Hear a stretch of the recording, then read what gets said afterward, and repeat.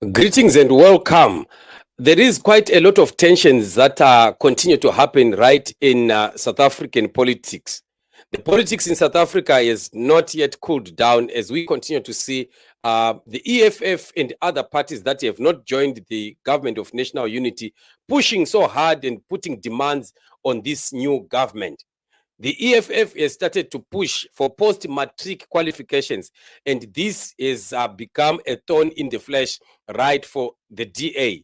We have seen the DA having ministers that were appointed that did not have post-matric qualifications, one of them being their very leader, John Van, what's his name? Van Hussein. And Stein Hussein, I'm sorry. So John is one of those that have only matric, and I think there are about quite a number, about around three of them, and this has continued to cause quite a lot of intrigue right inside the government of national unity. But still, they went on to give them the ministerial posts. So, looking at the EFF, they've decided to start to push for a motion that they are saying there must be a qualification after matric for everyone who is going to be appointed as a cabinet minister. And this is really a tall order.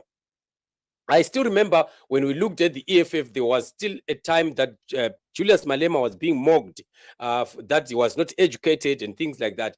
And Malema decided to go back to school, and he started to study, and he managed to attain a degree and even a higher degree. I'm sure most of them EFF guys, they've gone to school and they've managed to reach tertiary qualifications. And Julius Malema is on record always telling these guys to go to school, to read and to learn. So it seems like while the DA was looking like a very classic party that was doing its things up the notch, still we are realizing that many of them have been relaxed when it comes to the issue of attaining educational qualification. I think people like John would be affected by the idea of being well up, especially when you come from families that are well up. At times you might relax and think that acquiring further education may not be necessary because you are already born with a golden spoon in your mouth. Why would you need more education if already you are coming from a family maybe of millions, of millionaires already? You would know that I have everything that I need, and you have already been placed into positions that where you can be making even more money for your life. So you wouldn't need that.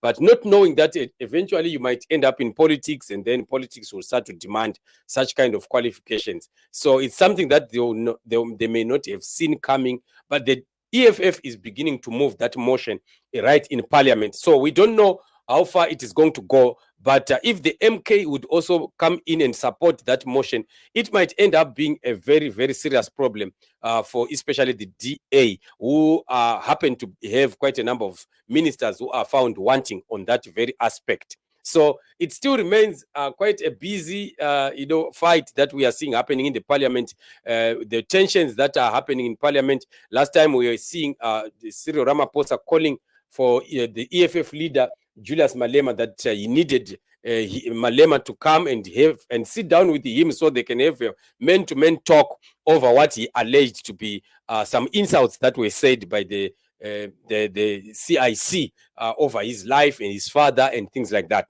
And of course, we commented on that. We spoke about that right on this channel, where we're saying Ramaphosa showed really some kind of maturity in terms of his political life, where he calls for dialogue whenever there is some kind of misunderstandings and things like that. And of course, the EFF were pushing also for the Palapala issue, but it seems the DA came on and shot it down.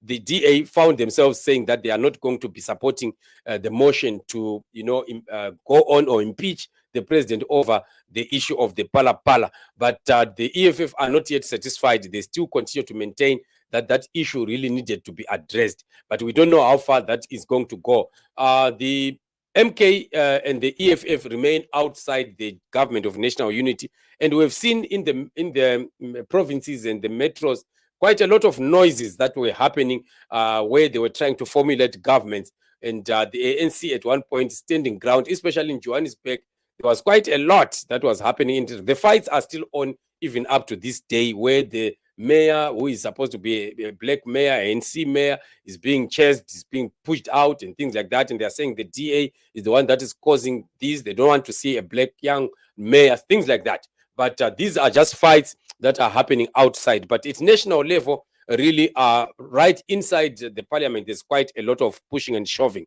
But it seems with the ANC and the DA, they've merged quite well. They've, operated in some kind of a subtle kind of, relationship where they are in support of each other. We are not seeing these two camps fighting or going against each other. It's like they are flowing well in one direction. And yet the others that are out there are the ones that are making so much noise, and they really want to see things done in a different way. And I think it is healthy for politics to have people that are outside your establishment who will always be pointing at the wrongs that you are doing. If things happen like that in politics, it is going to cause accountability. It causes those guys that are in government to be always on their toes. Unlike if there is only one political party that is in charge, like what we've always been seeing with the ANC, they end up doing things in their own manner, without knowing that there is nobody who is going to, challenge this. But when we have a strong people that are also standing to challenge whatever that you are deciding, then that makes a very healthy political climate, and that also helps the country, because those in the opposition will be pressing and looking for the errors that are being done by those that are in leadership position, and that helps to bring a balance where those that are in power would not just find themselves in agreement with each other and do things that can be against the very people that have voted them into power. So this is what we are looking at, and very, very exciting, the politics of South Africa. But one thing that I want to maintain to say is that there's fairly some kind of maturity in the South African politics, where a lot of tolerance is there, a lot of freedom of speech. We saw in the parliament just a few days ago, there was quite a lot of freedom of speech.